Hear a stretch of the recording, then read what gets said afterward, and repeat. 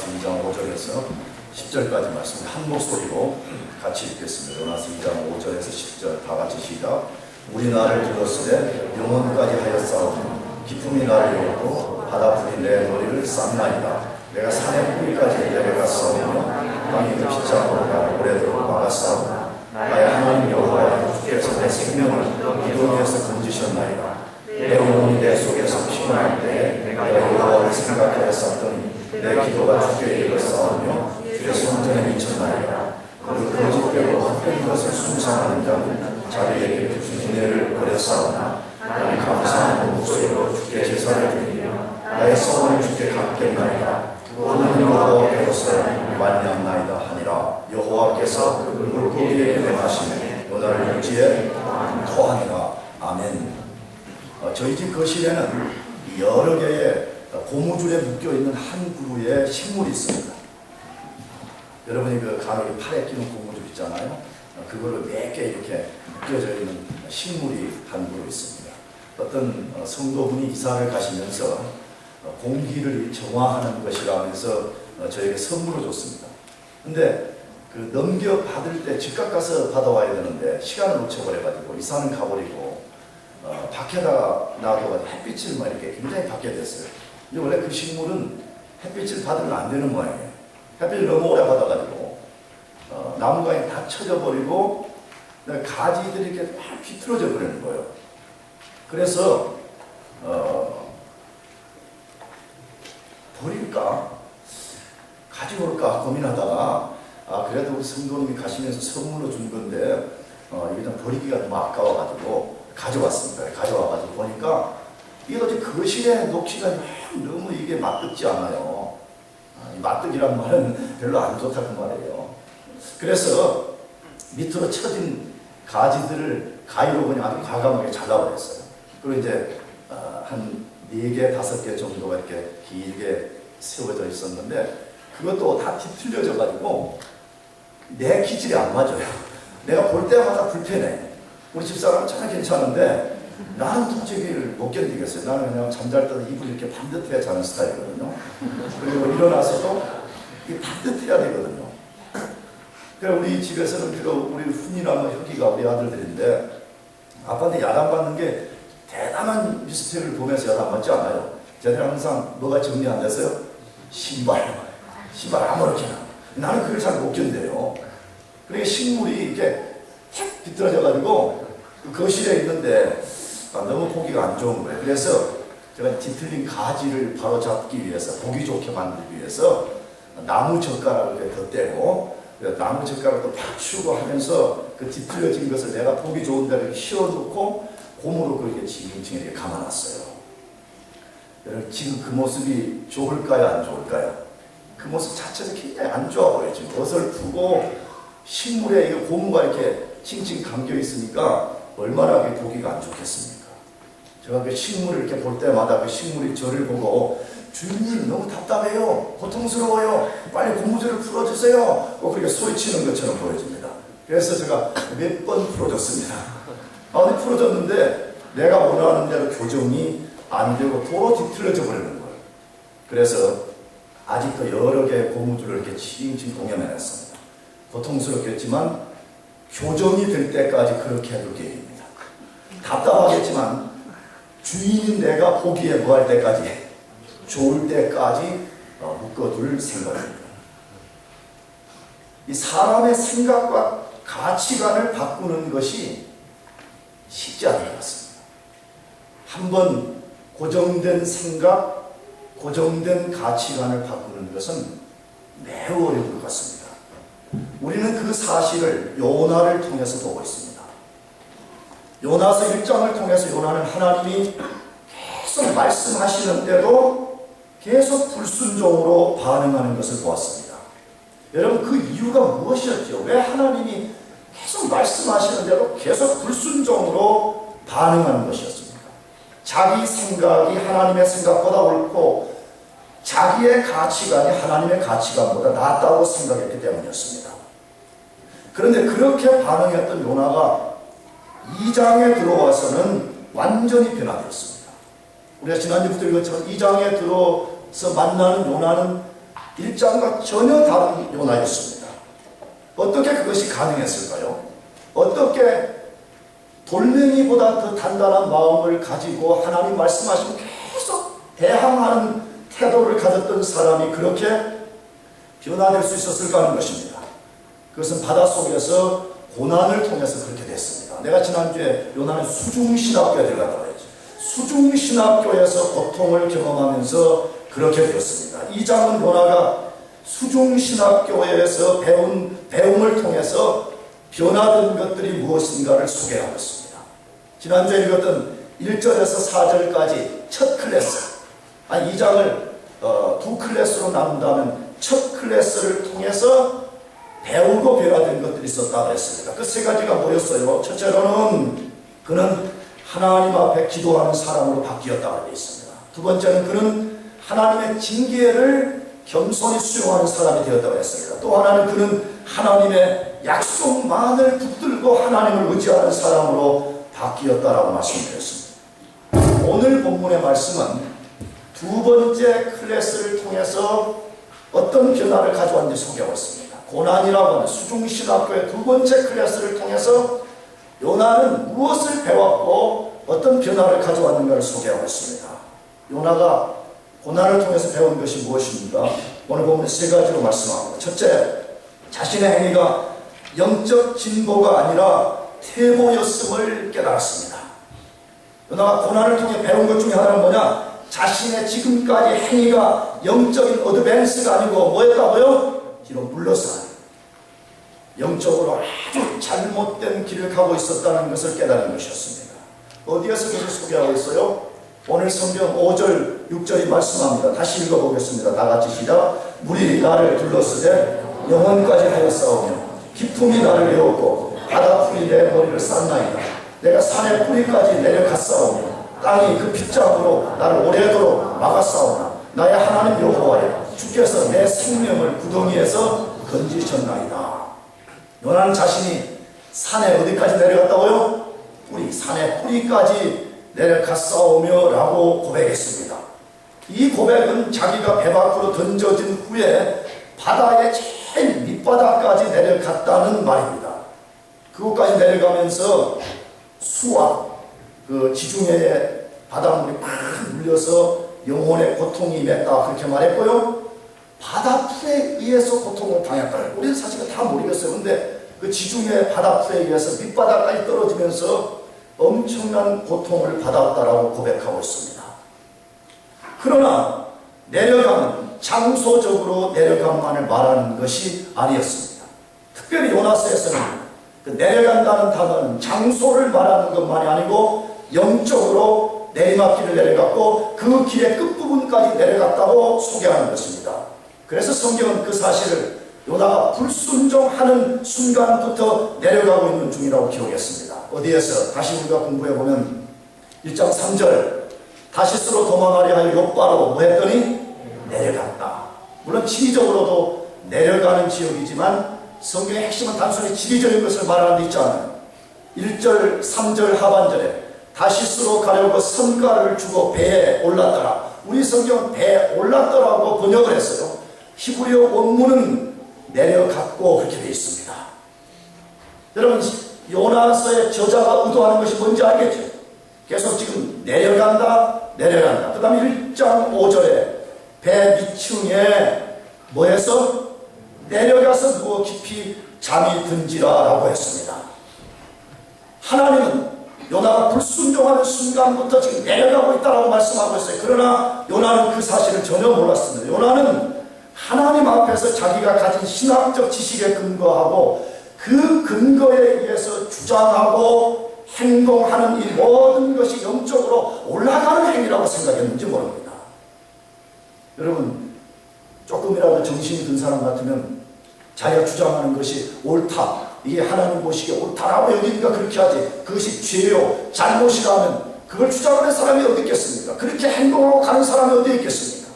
요나는 그렇게 생각한 것이요, 내 생각이 하나님 생각보다 옳고 내가 행동하는 것이 하나님의 행동보다 옳고 내 가치 판단이 하나님의 가치 판단보다 옳다라고 여겼기 때문에 그 길을 간 것이요. 그러나 하나님 보시기에는 그것은 절대로 올라가는 것도 아니고 영적으로 성장하는 것도 아니고 그가 하나님 앞에서 보기에 좋은 상태로 가는 것도 아니었다라고 말씀하고 있는 것이에요. 그런데 요나가 고난을 통해서 영적인 것을 보는 눈이 생겼습니다. 자신의 상태를 보는 시각이 바뀌게 되었습니다. 그래서 비로소 자신이 자기의 입으로 뭐 했다고 고백한다고요? 내려갔다. 지금 그렇게 고백했습니다. 한 번도 이전에는 내려가고 있음에도 불구하고 내려갔다고 고백을 본 적이 없었습니다. 그러나 고난을 통해서 비로소 자기 입으로 나는 내려갔다라고 고백하고 있습니다. 대단한 인식의 변화가 일어났고 대단한 변화를 증거하는 고백이 아닐 수 없습니다. 과거에 한 번도 그런 고백을 하지 않았던 요나가 자기가 내려갔다 고백하고 있습니다. 요나는 고난 당하기 전에는 깨닫지 못했던 것을 고난을 통해서 깨닫는 역사가 일어났습니다. 예레미야 10장 18절은 고난의 유익을 이렇게 말씀합니다. 다 같이 읽어보겠습니다. 시작. 여호와께서 이같이 말씀하시되 이 땅에 거하는 자를 이번에는 내어던질 것이다. 그들은 괴롭게 하여 깨닫게 하리라 하셨느니라. 물론 예레미야 이 말씀은 문맥을 잘 이해해야 되는 것인데 예레미야 선지자가 말씀을 전한 이 시대는 이스라엘 백성이 계속 요나처럼 하나님 말씀에 불순종했습니다. 그렇게 하나님 계속 말씀해도 안 들으니까 그들을 돌이키기 위한 방법이 뭐라고 해요? 다시 제가 읽어볼게요. 여호와께서 이같이 말씀하시되 보라 내가 이 땅에 거하는 자를 이번에는 뭐 할 것이다? 내어 던져버릴 것이다. 여러분 기억해야 됩니다. 예수 믿음 우리가 모든 죄를 아무렇게 지어도 하나님 다 용서하고 어떻게 살아도 하나님이 다 봐주고 아무렇게 해도 허허허 웃는 그런 하나님이 복음이 아닙니다. 하나님은 사람이십니다. 믿습니까? 그러나 하나님이 우리에게 말씀하셔도 계속해서 듣지 않고 불순종하고 계속 그 길을 갈 때는 때로 하나님이 우리를 내어 던진다라고 말씀해요. 그래서 무엇을 가져오려고? 그들을 괴롭게 하여 어떻게 만든다고요? 그들을 괴롭게 만들어서 깨닫게 하기 위해서 그렇다고 말씀합니다. 고난을 통하지 않고는 깨닫지 못하고 보지 못하고 배우지 못하는 것이 있다고 지금 말씀하는 것입니다. 고난을 통해서만 배울 수 있는 것이 있다고 말씀하는 것입니다. 사랑하는 성도 여러분, 여러분 삶에 고난이 오면 절대 우연한 것으로 받아들여서는 안 된다고 지난주에 말씀드렸습니다. 하나님 고난을 통해서 우리가 깨달으라는 것이에요. 믿습니까? 왜 영적으로 무감각하니까 하나님의 고난을 갖고 우리에게 충격을 가하시는 거예요. 깨달으라 그렇게 하는 거예요. 그래서 하나님 때로 우리가 그것을 보고 깨닫고 알 수 있도록 하기 위해서 고난을 허용하시는 것입니다. 그러므로 고난은 우리 현재 위치를 보여주는 바로미터입니다. 내가 지금 어디에 와 있는가? 나는 지금 내려가는 사람인가? 아니 나는 하나님 앞에 올라가는 사람인가를 보여주는 바로미터요 거울이요 영적 내비게이션과 같은 것입니다. 우리는 우리 자신이 영적으로 어떤 상태에 있는가를 보는 것이 절대적으로 필요합니다. 절대적으로 필요합니다. 내가 대학부 이번 금요일 때도 말씀을 드렸어요. 자꾸 저 나이를 말해서 좀 죄송한데 물론 여기 저보다 또 선배들도 계시지만 제가 이제 미국 나라 50이 됐는데 50이 되고 보니까 예전에 30대 때 40대 때 손에 쥐으려고 바둥거렸던 것이 별로 안 중요하다는 것을 자꾸 깨달아봐요. 제가 말씀드렸지만 중학교 고등학교 때 환경적으로 공부할 여건이 안 돼가지고 공부를 잘 못했는데 나중에 예수 믿고 이 인생에 공부를 안 하면 이게 정말 이게 참 힘든 거구나 이걸 깨달았어요. 그래서 진짜 열심히 했습니다. 그렇게 생겼죠.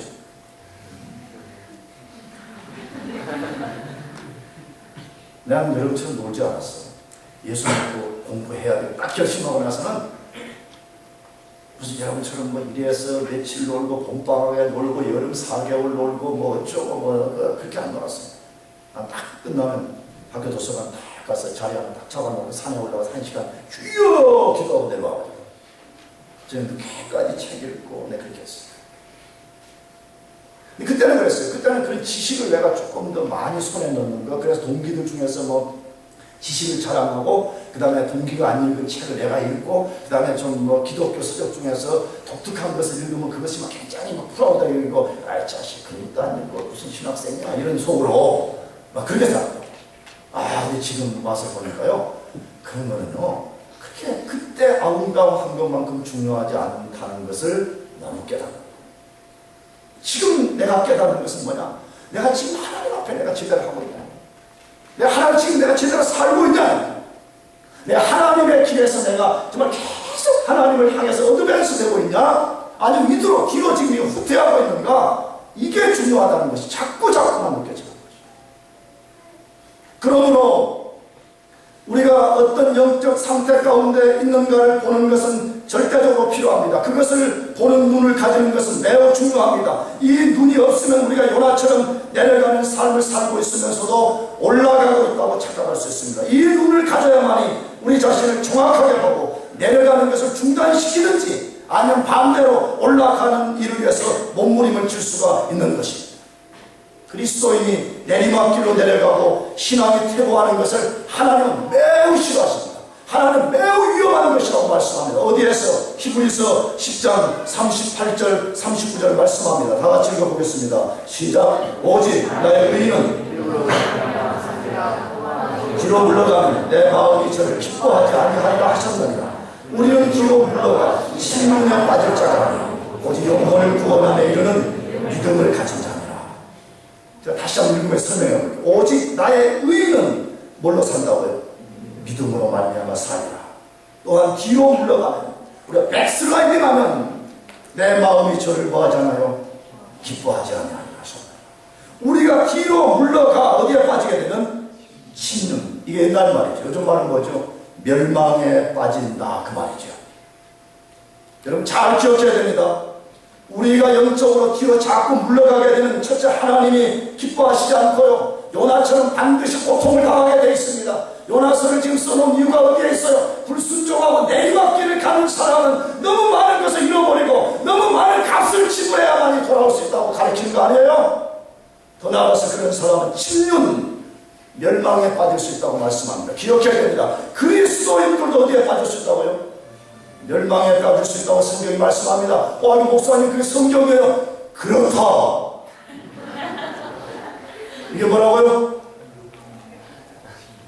그리스도인도 뭐에 빠질 수 있다고요?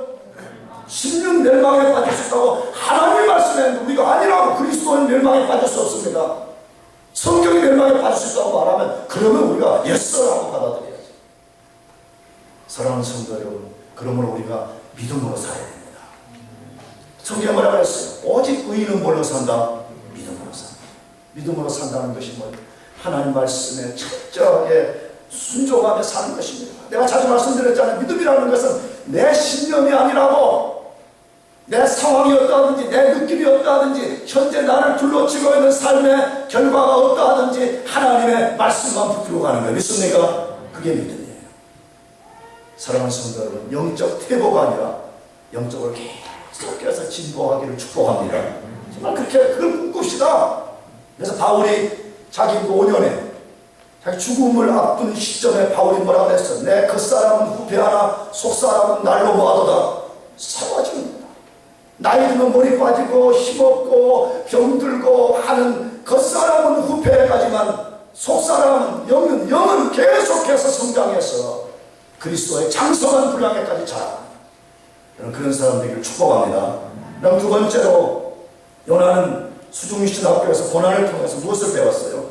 자기 잘못된 생각을 내려놓고 하나님만을 생각하게 되었습니다. 과거에 자기의 잘못된 생각을 내려놓고 하나님만을 생각하게 되었습니다. 7절 다 같이 읽어보겠습니다. 내 영혼이 내 속에서 피곤할 때 내가 여호와를 생각하였사오니 내 기도가 주께 이르렀사오며 주의 성전에 미쳤나이다. 내 영혼이 내 속에서 뭐할 때에? 피곤할 때, 고난을 받을 때, 고통 중에 그 말이죠.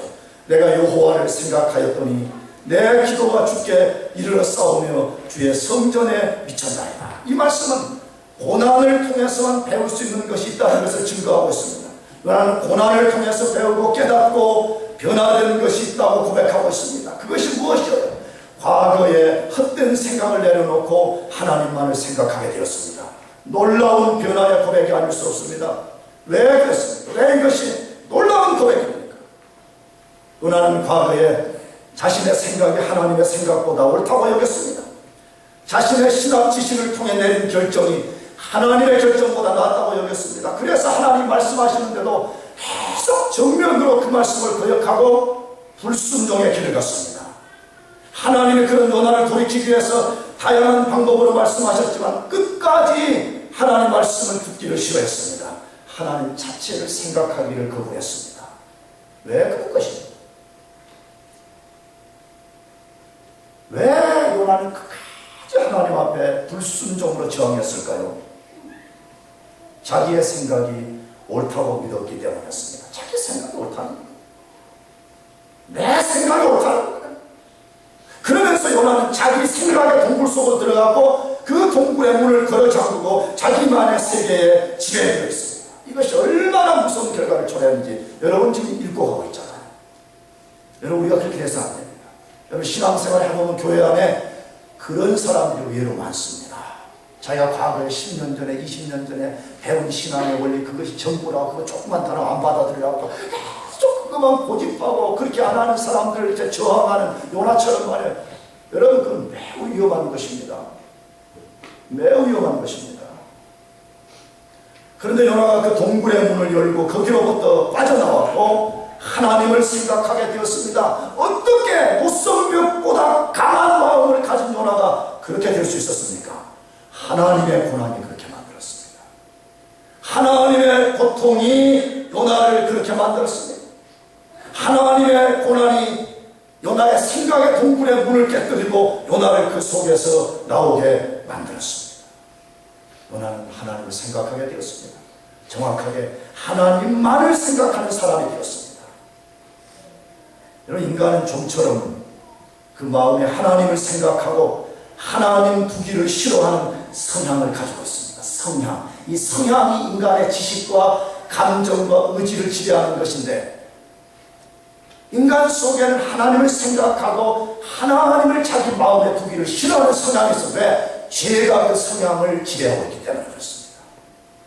그러므로 이 성향이 본어개인이 안 되면 지식이 안 바뀌는 것이고 감정이 안 바뀌는 것이고 의지가 안 바뀌는 것입니다. 그러므로 교회를 다녀도 똑같은 사람들이 있어요. 근데 왜 그런지 알아요? 죄로 인해서 타격을 받아버린 성향이라는 것이 있는데 우리 속에 디스포지션이라고 하는 거로 이 성향이 다시 빨리 나오세요. 누가 한 사람만 나오세요. 내가 너무 소리를 질러서 합선된 건 아니죠. 선생님 자 여기 봐요. 아유, 쟤 뭐 사이먼 뭐 입을 열면서 봐. 자 여기. 오케이, 자. 그 성향이라는 게 있어요. 근데 그 성향이 우리의 지식과 감정과 의지를 배우면서 주관하는 거거든요. 근데 이 성향이 본어경이 안 되는 사람은 절대 이것이 움직여지지가 않는 거예요. 그래 교회를 다녀도 그냥 뭐가 다르다는 거지? 뭐가 예수님도 바뀐다는 거지? 뭐가 뭐 천국이 어쩌다는 거지? 맨날 그러는 거예요. 그래서 성경의 요한복음 3장에서 물과 뭘로 거듭나라? 성령을 거듭나라. 우리 인간의 존재를 배후에서 지배하는 이 성향이 바꿔야 되는데 이 성향 자체가 죄로 인해가지고 하나님을 생각하고 하나님을 자기 생각 속에 두는 걸 싫어합니다. 시편 4절은 이렇게 말씀합니다. 악인은 그 교만한 얼굴로 말하기를 여호와께서 이를 감찰치 아니하신다 하며 그 모든 사상에 누가 없다? 하나님이다. 악인. 여기 악인은 꼭 가서 죄 짓고 사람 죽이고 그런 사람만을 말하는 것이 아니라 시편에서 하나님 없이 사는 사람을 악인이라고 한다고 새벽기도 때 말씀을 드렸죠. 악인의 특성은 그 모든 사상에 누가 없어요? 하나님이 없다. 하나님도 없냐? 하나님이 없게 무신론, 불신 이것 속에서 대적하고 이 속에서 공부하고 이 속에서 이론을 만들고 이 속에서 살아간다 그렇게 말해요. 시편 14편 1절 3반절 다 같이 보고 있습니다. 시작. 어리석은 자는 그 마음에 이르기를 하나님이 없다. 혹시 여기 오해 하나님 하신 말씀입니다. 성경은 말해. 만약 여러분 중에 누군가 하나님은 없다 그렇게 말한다면 여러분은 아무리 세상에 지혜로운 사람이라도 하나님 보시기에 그 사람은 어떤 사람이라고요? 어리석은 사람. 인간의 가장 중요하고 인간의 가장 위대한 지식을 갖는 하나님 아는 지식이 없음에도 불구하고 하나님 없다라고 말하면서 여러분의 지식을 자랑한다는 그 사람은 가장 어리석은 사람이라고 성경이 말씀합니다. 왜 인간들이 그렇게 생각할까요? 모든 사상에 하나님이 없다. 그 마음에 여기를 하나님이 없다. 그렇게 말씀할까 하는 것이 진짜 하나님이 안 계시기 때문일까요? 그렇지 않습니다. 진짜 하나님이 안 계신다면 부정하고 말 것이 없습니다. 잘 생각해봐요. 만약 진짜 없는 거라면 있다 없다 말할 필요 있어요 없어요? 없습니다. 뭐 없는데 뭐 그걸 있다고 뭐 없다고 뭐 나도 헷갈리네 지금 갑자기. 그럴 필요가 뭐 있어요? 진짜 없다면 그 가서 막 없다 말할 필요 없는 건 그냥 가만히 놔두면 없는 거예요. 그렇잖아요. 근데 왜 사람들이 자꾸만 하나님이 없다 그렇게 하는 거예요? 하나님이 계시기 때문에 그러는 거예요. 그런데 그것을 인간은 인간 존재와 생각과 인식과 이 세포 하나하나에 하나님이 없다는 걸 지울 수가 없어요. 왜냐하면 인간은 하나님의 참 피조물이요 인간은 하나님의 형상으로 지음받은 존재이기 때문에 인간 속에 하나님이 하나님의 흔적을 남겨놨기 때문에 그것을 완전히 없애지 않는 한은 인간은 하나님을 부정할 수가 없어요. 다만 하나님이 없다고 강하게 소리쳐 부정할 뿐인 것입니다. 그렇다면 왜 인간들이 그렇게 생각하고 부정하려고 몸부림을 치는 것입니까? 자기가 자기의 주인 노릇하고 싶어서 그렇습니다. 하나님이 자기들의 주인 되는 것을 원치 않아서 그렇습니다. 하나님이라는 절대자가 계심으로 마음대로 죄를 짓지 못하고 마음대로 살지 못하기 때문에 그렇습니다. 죄 짓고 마음대로 살면 생각과 마음과 양심의 고통이 있으니까 하나님이라는 절대자를 생각해서 지워버리고 싶은 것입니다. 하나님이라는 분을 자기 존재에서 없애버리고 그 양심의 가책과 죄책감 속에서 자유롭게 마음대로 죄짓고 살고 싶어서 그런 것입니다. 이러한 인간의 인식에 지각과 변화를 일으키는 방법 중에 하나가 요나서는 고통이라고 말합니다. 일종의 충격요법을 통해서 변화될 수 있습니다. 인간의 모든 죄, 불행, 뒤틀림, 죽음, 메마름, 쇠약함은 하나님을 거부하고 하나님을 떠나는 데서부터 온 것입니다. 과거에 우리 선배들은 그렇게 노래했어요. 물을 떠난 고기가 혹시 산다 하여도 예수 떠난 심령은 사는 법이 없네. 믿습니까?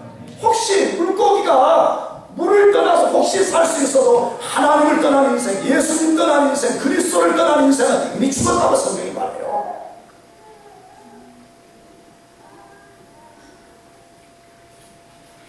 그러므로 우리가 이 죽음과 죽음에서 오는 결과들로부터 우리를 돌이켜서 생명을 얻고 회복되는 유일한 길은 하나님을 생각하는 데 있습니다.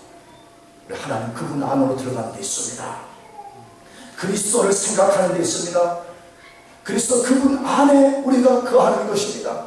그래서 고린도후서 10장 5절 말씀합니다. 다 같이 읽어보겠습니다. 시작. 모든 이론을 파하며 하나님을 아는 것을 대적하여 높아지는 것을 다 파하고 모든 생각을 사로잡아 그리스도에게 복종케 하니. 여러분 진짜 우리가 생명 있는 삶을 살고 싶다. 진짜 하나님이 그리스도를 통해서 주시는 풍성한 삶을 살고 싶다면 우리의 잘못된 거짓된 생각을 복종시켜서 그리스도에게 순복하라 그렇게 말합니다. 사랑하는 성도 여러분, 우리 안에는 타락한 옛 자아가 남아 있습니다. 이 타락한 옛 자아로부터 뒤틀린 생각이 나오고 하나님을 대적하는 생각이 나오고 하나님 앞에 끝까지 저항하는 것이 그 속에서 나오는 것입니다.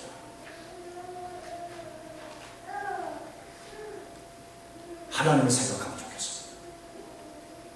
하나님을 생각하면 요나처럼 변화가 일어납니다. 오늘 본문에 요나가 하나님을 생각하게 되니까 그가 하나님께 뭐 했다 그랬죠? 기도했다 그러고 있습니다.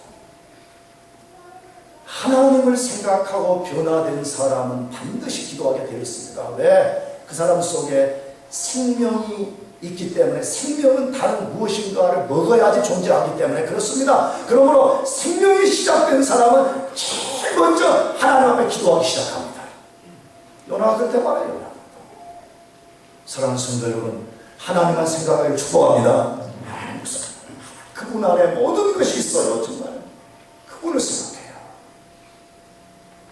여러분의 잘못된 옛자로부터 나오는 생각을 다 내려놓고 선하시고 거룩하시고 사랑이신 그 하나님만 생각하기를 축복합니다.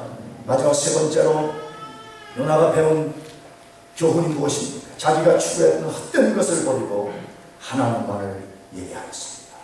자기가 섬겼던 헛된 것 버려버리고 하나님만 예배했다 그렇게 말합니다. 8절 9절 다 같이 읽어보겠습니다. 시작. 무릇 거짓되고 헛된 것을 숭상하는 자는 자기에게 베푸신 은혜를 버렸사오나 나는 감사하는 목소리로 주께 제사를 드리며 나의 소원을 주께 갚겠나이다.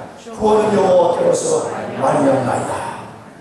정말 그런 것 같습니다. 고난을 통하지 않고는 만들어낼 수 없는 것이 있습니다. 고난을 통해서만 만들어질 수 있는 것이 있습니다. 요나는 고난을 통해 배운 또 다른 교훈이 있다고 고백하고 있습니다. 그것이 무엇입니까?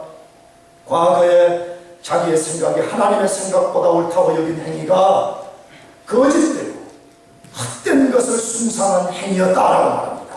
과거에 자기의 알량한 신학 지식을 자랑하며 그것으로 하나님을 제한한 행위가 우상숭배였다고 고백하고 있습니다. 우상숭배는 눈에 보이는 어떤 형상을 섬기는 것만이 아님을 말하고 있습니다. 우상숭배는 우리의 잘못된 생각에서부터 만들어진다고 말씀하고 있습니다. 잘못된 생각에 지배된 것을 모르고 그것이 옳다고 주장하며 사는 것을 우상숭배라고 말하고 있습니다. 편협하고 잘못된 가치관에 지배되어 하나님께 불순종하여 사는 것을 요나서는 우상숭배라고 말씀합니다. 그런 면에서 볼 때 정말 우리는 헛된 것을 숭배하는 우상숭배자들 아닙니까? 찬송을 부를 때만 주님 앞에 모든 것 내려놓는다 그래놓고 이것을 떠나가면 도로 내려놓은 거 도로 가지고 주머니에 넣고 돌아가는 그런 사람들 아닙니까? 더 나아가서 요나서는 뭐라고 말씀? 우상숭배자들은 하나님이 자기들에게 베푸신 하나님의 은혜를 저버린 자들이라고 말씀하고 있습니다. 왜 그랬습니까? 왜 하나님의 은혜를 저버린 사람들입니까?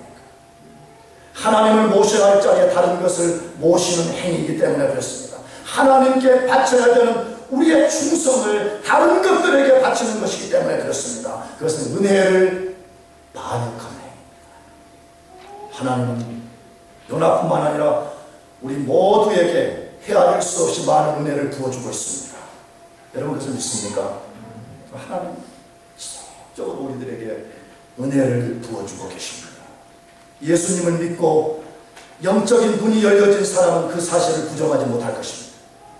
그 눈을 가지고 하나님을 바라보는 사람은 우리가 지금 여기 호흡하고 있는 그 자체가 하나님의 은혜라는 것을 인정하지 않을 수 없을 것입니다.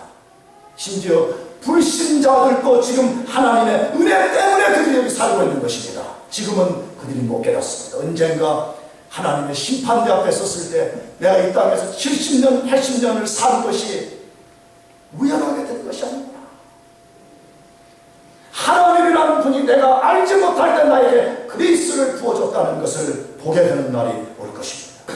그런데도 사람들은 은혜를 쉽게 저버린다는 것입니다. 은혜를 쉽게 내팽개 쳐버린다는 것입니다. 쉽게 잊어버린다고 말씀합니다. 은혜에 대해서 감사할 줄 모른다고 말씀합니다. 은혜를 받고 그 잘못된 삶에서 돌이킬 줄 모른다라고 말씀합니다. 하나님 당신이 언제 우리에게 이 은혜를 줬냐라고 따지는 삶을 산다 그렇게 말합니다. 여러분 감사합시다. 아멘. 감사합시다. 물론 여러분들이 여러 가지 어려움이 있는 줄 압니다. 지난주에도 어떤 형제가 자기 펀드가 이거 반쪽이 났다 진짜 고통스럽다. 나 진짜 이럴 때는 그런 마음이 좀 들어. 내가 돈 많은 목사면 좋겠어. 그냥 애다 200만 원이다 막 이렇게. 목사님 돈 없어요. 얼마? 5만 불 많이 줬다. 5만 불. 근데 하나 안 주시니까 말이에요. 아마 나는 기도하라고 그런 거 아니에요. 내가 어떤 데로 가면 진짜 그러면 좋겠어. 그냥. 학교에서 목사님 교수가 뻔다. 그래 얼마 필요해? 20만 불. 애다 먹어라. 이러면 좋겠어요. 얼마나 힘들어요. 학점이 밥을 세고 생각도 안 나오고 그래. 부모님들에게 연락할 때 조금 뭐 과장해서 보내고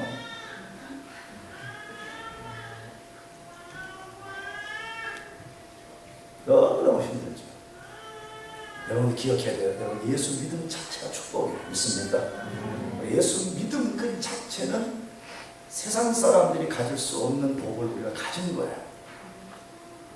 자꾸 교회가 거짓 복음을 전하니까 사람들이 현혹돼서 예수 믿는 게 축복이라고 여기지 않는 시대에 와버렸어요. 자꾸 뭐냐? 중산층들이 좋아하는 복음. 미국의 중산층들이 좋아하는 복음. 그게 뭔지 알겠죠? 우리 아메리칸 드림을 이뤄서 멋진 집을 사고 멋진 자동차를 굴리고 멋진 회사의 CEO가 되고 우리가 삶의 영역 속에서 다른 사람들에게 폼나게 사는 것, 그런 것이 하나님을 믿는 사람들이 받는 복이라고 자꾸 교회가 가르치니까 그러면 그렇게 안 된 사람들은 뭐냐 이거지. 그래서 교회 오면 풀이 죽어 있고 어깨가 좁아져 있고 목사가 막 소리를 지른 대로 목사 복음이 지금 맞는가? 내가 지난번 뉴욕에 가서 들을 때는 CEO 되고 막 금다는데 이런 생각 속에 빠져. 여러분 예수 믿음 자체가 최고의 축복입니다. 믿습니까? 우리 예수를 믿었다는 가장 큰 미라클이 우리 삶 속에 일어난 것입니다. 하나님의 은혜가 우리에게 임했기 때문에 그게 된 것입니다. 하나님의 은혜가 우리 속에 비처럼 쏟아졌기 때문에 돌멩이처럼 강팍하고 덧센 것보다 강한 우리의 옛 자아로부터 깨어져서 나와서 예수님을 믿게 된 것입니다. 누가 이 일을 만들어낼 수가 있습니까? 정신 분석학자가 할 수 있습니까? 메디컬 닥터가 할 수 있습니까? 이걸 목사가 할 수가 있습니까? 하나님만 할 수 있습니다. 하나님만 할 수 있습니다.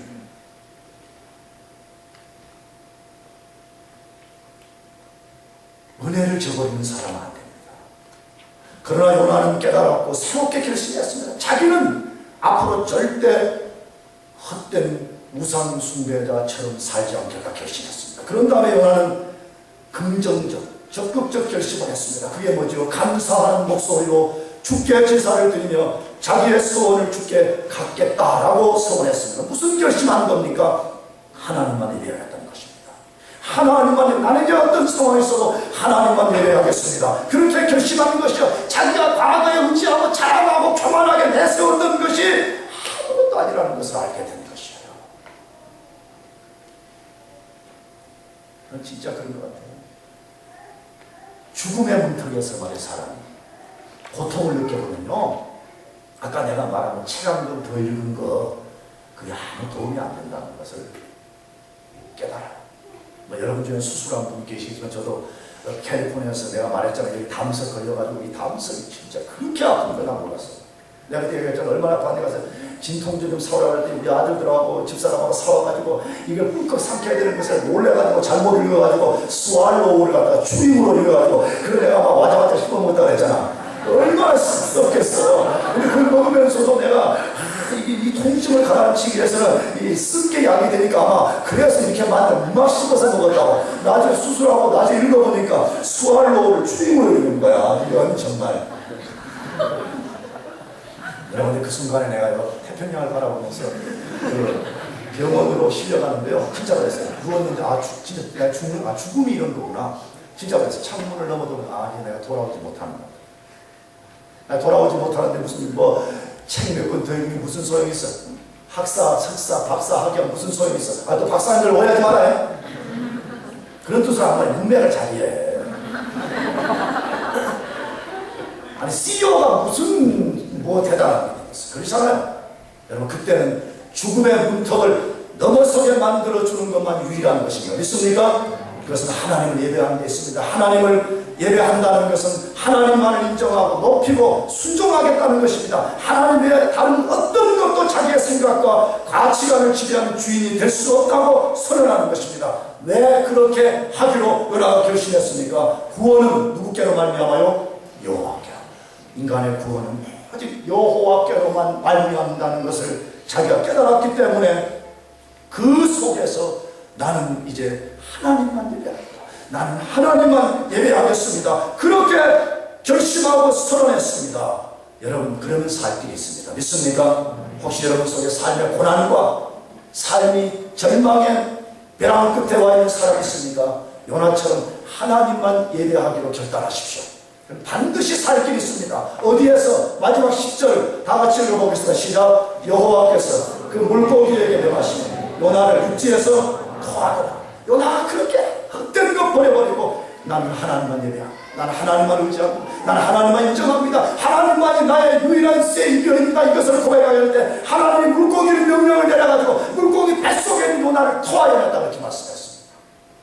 여러분 우리가 하나님 앞에 깨닫고 돌아서면요 하나님 절대로 우리를 그냥 이유 없이 고난의 뱃속에 수월의 뱃속에 두지 않습니다.